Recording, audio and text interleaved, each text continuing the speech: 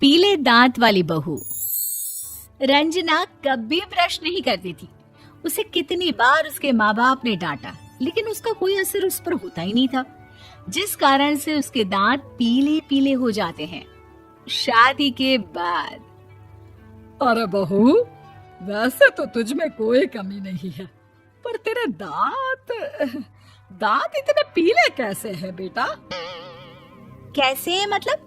कोई सर्जरी थोड़ी ना कराइए। वो तो क्या नाम, मैं ब्रश नहीं करती थी तो पीले हो गए। अब क्या करूं? आप कहे तो लाल करवा लूं या फिर काले? यार ये क्या है, क्यों माँ से लड़ रही हो? लड़ रही हूँ?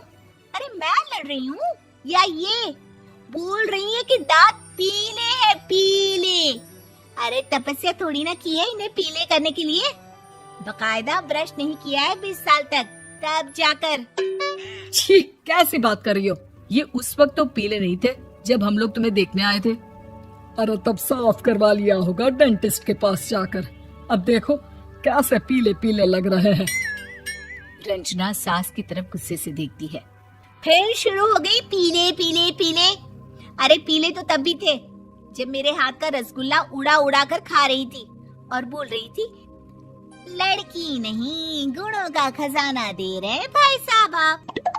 खैर, अब वो लोग करते भी तो क्या करते, पीले दांत वाली बहू पल्ले पड़ी थी तो झेलना तो था ही। एक दिन कीर्तन में रंजना गाना गा रही थी। अरे कमला बहन, माँ का द्वार है, यहाँ तो सब शुद्ध होकर आते हैं, फिर अपनी बहू को ब्रश भी नहीं करवाती तुम। दूर से पीले पीले दांत भक्ति में बाधा उत्पन्न कर रहे हैं। अरे कोई 2 साल के बच्चे थोड़ी ना लेकर आई हूँ मैं बहू बनाकर।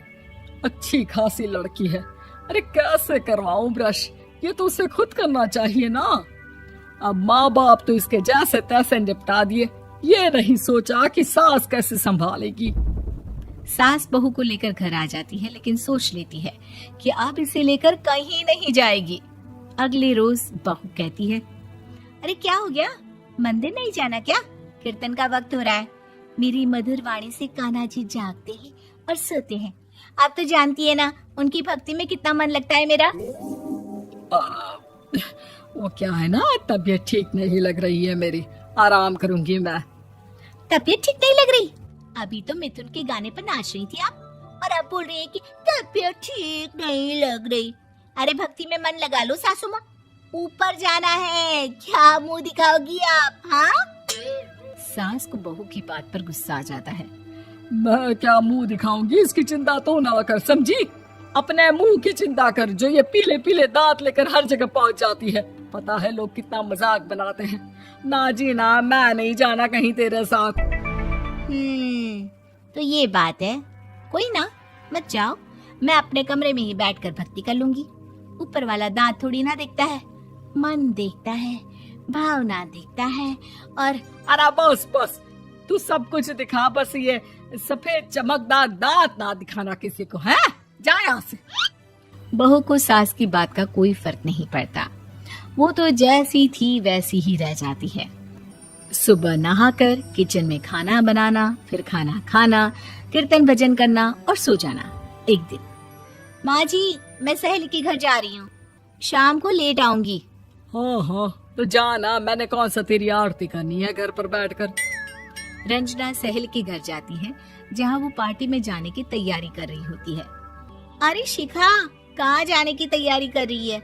मैं गलत वक्त पर आ गई क्या? अरे नहीं यार, उल्टा सही वक्त पर आ गया।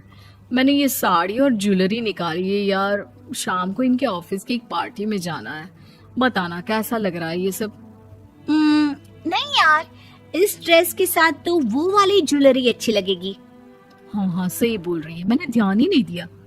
वैसे तो हमेशा से मस्त फैशन सेंस रखती है। तो बड़ा जाती होगी ना पति के साथ पार्टी में।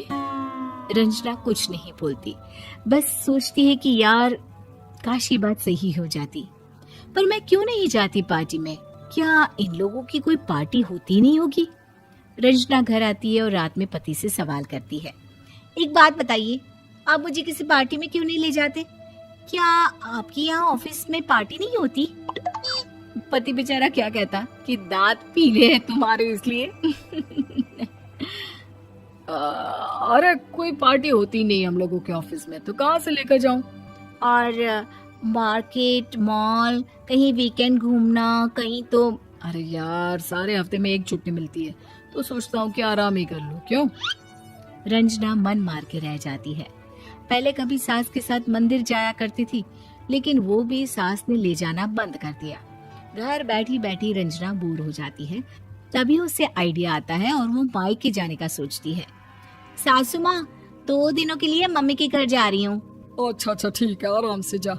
और हाँ, माँ से कुछ अच्छी आदत सीख कर आना कि कैसे शरीर के हर भाग की तरह दांतों की सफाई भी जरूरी होती है, समझी? शुरू हो गई ना आप। वो लोग आपकी तरह नहीं है कि छोटी छोटी बात का बतंगड़ बना दे। उन लोगों के लिए मैं मायने रखती हूँ, ना कि मेरे पीले पीले दांत। रंजना माँ को बिना बताए उन लोगों को सरप्राइज देती है, लेकिन जैसे ही वो दरवाजे पर पहुंचती है, अंदर देखती है कि घर वाले कहीं जा रहे होते हैं।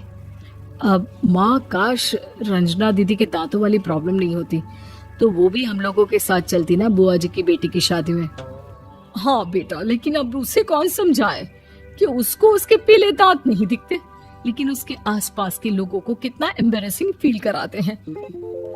मुझे तो कितनी बार उसके स्कूल की टीचर ने शिकायत की कि उसके साथ कोई लड़की बैठना भी नहीं चाहती, और ना ही कॉलेज में कोई उससे बात करना चाहता था। लेकिन पता नहीं क्यों उसे ये बात समझ में ही नहीं आती। कोई कमी नहीं है उस लड़की में, बस यही कि दांत पीले हैं।